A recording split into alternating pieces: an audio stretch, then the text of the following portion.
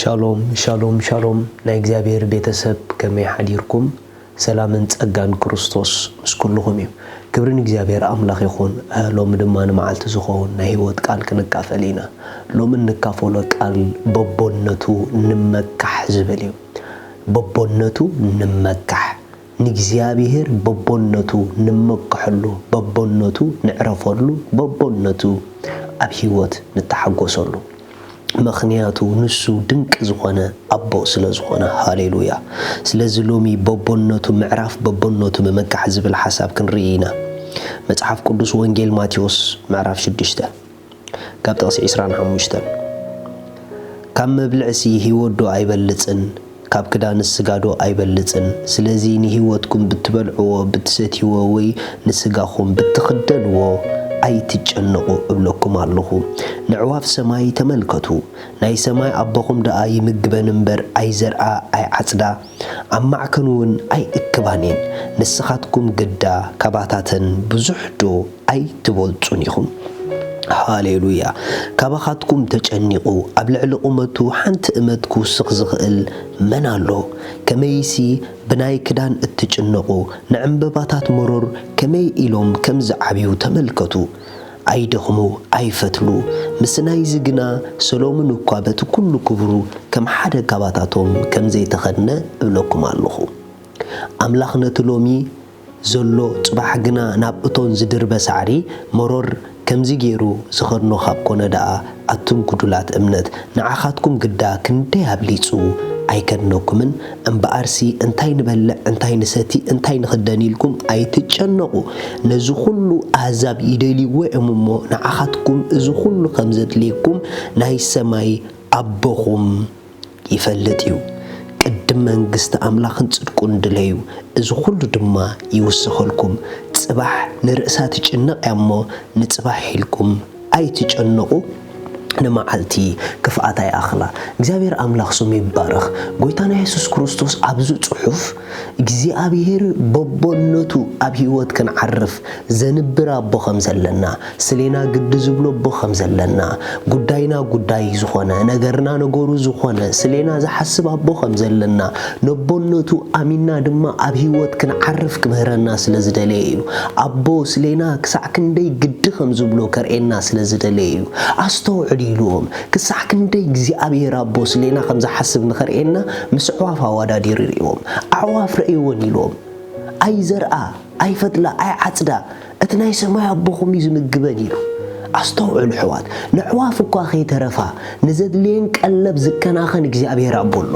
ንዕዋፍ እኳ ኸይተረፈ ብዘድልየን ዘበለ ዘንብረን ዘዳልወለን እግዚአብሔር አቦ እዩ ኣዕዋፍ ጥራሕ ዝረኸብኦ መብላዕይ ንፈልጣ ብኸመይ ይዳልወለን ግን ጉዳይን አይኮነን እግዚአብሔር ግን ንዕዋፍ ከይተረፈ ንምንባረን ግድ ዝብሎ አምላኽ እዩ እዚ ጥራሕ አይኮነን ንዕምበባ መሮር ተመልከቱ ኢሉ ሃሌሉያ ንኸዓብዩ ጽባቂኦም ንኽገልጹ መን ይከናኸኖም መን ዕድል ይኸፍተሎም መንከ ነቶም ኣቕጽልቲ ነቶም ዕምበባታት ዘለዎም ግርማ ንደገ ንኽገልጹ መን ይዝከናኸኖም ኢሎም እግዚአብሔር ባዕሉ ይዝከናኸኖም አይገርመኩምን ነዞም ብእግርና ዝርገጹ ዕምበባታት እኳ ንዕኦም ንምክንኻን ግድ ዝብሎ አምላኽ ካብ ኮነ ነቲ ብመልኩ بمسلون زفطرو سبدا እግዚአብሔር ክሳዕ ክንደይ ግድ ዘይብሎ ሃሌሉያ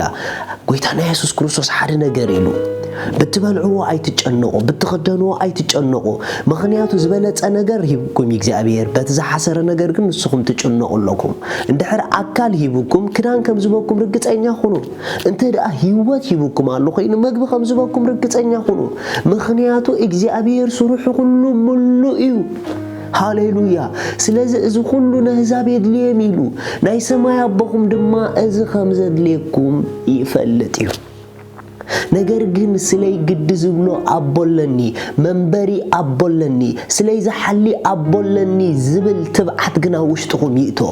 ንስኻትኩም ሙካ ኩፋአትኩም ንስኹም ደቅኹም ባና ሓቲቶምኹም እምኒ ዘይትብዎን ካብ ኮንኩም አትናይ ሰማይ አቦኹም ደኣ ክንደይ አብሊጹ ንዝልምንዎ ጽቡቕ ዘይገብሩሎም أحوات أتوم مدراويان بيتسبنا قا نسناينا نعبيتنا نصبقنا بزح زعر خابكونو أتسمياوي أبونا دا نناتنا عبيت نناتنا تصبق كسع كندي زي تجه لو ما حدا نجر كنبركم سلت صباق هيوتكم زتجه أبو علكم ببنتو تمكحو ببنتو تأمامنو نجزي أبير كسع كندي ببنتو عرفات مغنى أبتبادو مدربدا زمسل جودنا هيوتنا نرئيو زكنا خن أبولني سلي زحلي أبولني سلي قد زبلو أبو علني لو ما حدا نجر كنبركم